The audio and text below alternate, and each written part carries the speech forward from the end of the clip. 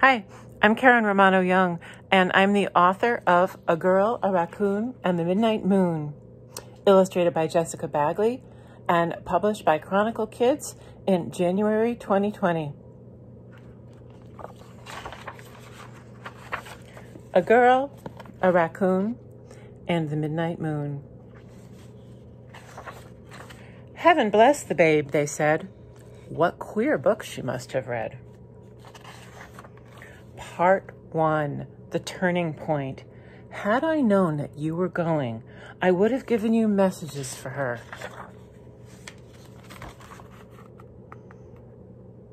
Before the scream. The scream was so loud, it could have been building up for a lifetime. It had sure been brewing inside Pearl, even before she woke that late August morning. It heated up as she and Mom waited for their takeout order at the Cozy Soup and Burger on 7th Avenue. It bubbled and percolated as they walked the damp, early sidewalks to the library, Mom in her heels, Pearl in her black cloth Chinatown shoes with the buckle straps. Unaware of anything unusual, Pearl climbed the steps and leaned the cardboard tray of coffees on the curve of the wrought iron banister while Mom found the front door keys and pushed inside. She held the door for Pearl, and they stepped into the foyer. A cool, dark floor of speckled marble, the waxy smell of old oak, the metallic rhythmic tock of the pendulum in the brass clock on the wall behind the circulation desk, frosted glass in diamond-shaped panes, soft light from the back hallway that led to the garden, the library. Mom stepped into the shadows of the stairwell and called up toward the roof. "Anybody home?" "Hiya," came a distant yodeling voice. Bruce Chambers, the library manager, was already up there in his office, toiling over the proposals he was making to the library board. Proposals to fix things up, bring patrons in, make ends meet, and keep the library from looking too worn out compared to the new Knickerbocker branch. Bruce knew his branch's days were numbered. Pearl went to check the book drop, pulling the cart from under the slot. Only 6 books had been returned in the night. Not surprising, since not that many books went out in a day. Pearl carried Bruce's coffee and cinnamon swirl donut to him, up the spiral stairs, past the children's room on the 2nd floor, to the 3rd floor, and into Bruce's rat's nest of an office. It was a tall rat's nest. The 3rd floor ceiling of the library was extra high, with edges that Ramon, the reference librarian, said were called dental molding because they looked like square white teeth nibbling at the tasty edges of the walls. The piles of books, papers, magazines, newspapers, journals, catalogs, and mail may as well have been the recycling heaps outside the newsstand on the corner.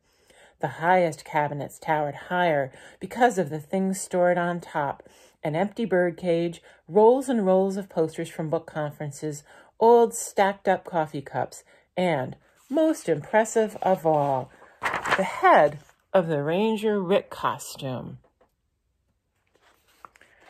that Bruce had brought from Catskills National Park 5 years ago when Pearl was 5, when he'd quit being a park manager and come to manage the library instead. Made of chicken wire and fleece and fake fur, Ranger Rick's head stood propped eyeless and eerie over an old metal garbage can turned upside down. Below the head, the gray fleece body hung from a cabinet door on a massive hanger and was still long enough to wrinkle on the floor.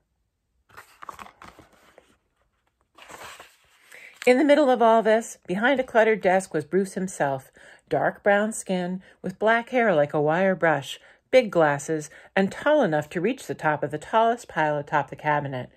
He called himself inwardly organized, since he could always find what he was looking for in his rat's nest. Pearl called him outwardly a disaster because, well, what a mess.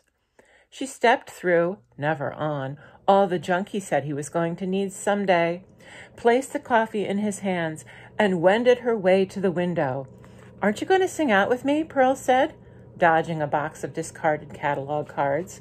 Last year, Mom had said the office smelled like a rat's nest as well as looked like one. Once a day, she'd insisted, just once, open the window for 10 seconds. Bruce had opened the window and sung out, "Ah, sweet mystery of life, at last I've found you." "You're an idiot," Mom had said happily, squeezing his arm. "Try it, it's great," Bruce had said to her and Pearl. The three of them had done it together, just that once. "Ah, sweet mystery of life, at last I've found you." Their voices swept out over the garden, over the head of the statue down there, over the flowers at her feet, into the tall pine trees where birds and bats nested and raccoons nestled. Pearl fell in love with the echo of their voices off the buildings. Since then, it had become part of her and Bruce's morning routine. But now he didn't pay any attention to her. He just waved his hand rapidly, distractedly toward the window, and bent his head over the papers. So Pearl cleared her throat, looked down into the garden, and opened her mouth to sing out to the world. But when she saw what was down there, she screamed. There had never been anything like Pearl's scream. The scream had horror in it. It had shock. It had fear. And it had loss. What was lost? A head.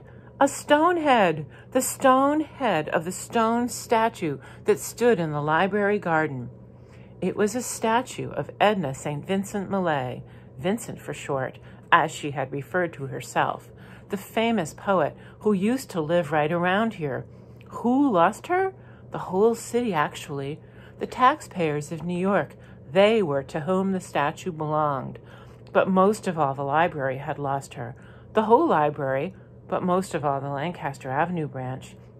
The Lancaster Avenue branch, but most of all, almost 11-year-old Pearl Moran. That's who loved her the most. Next, Chapter 1. Thank you for listening. See you again.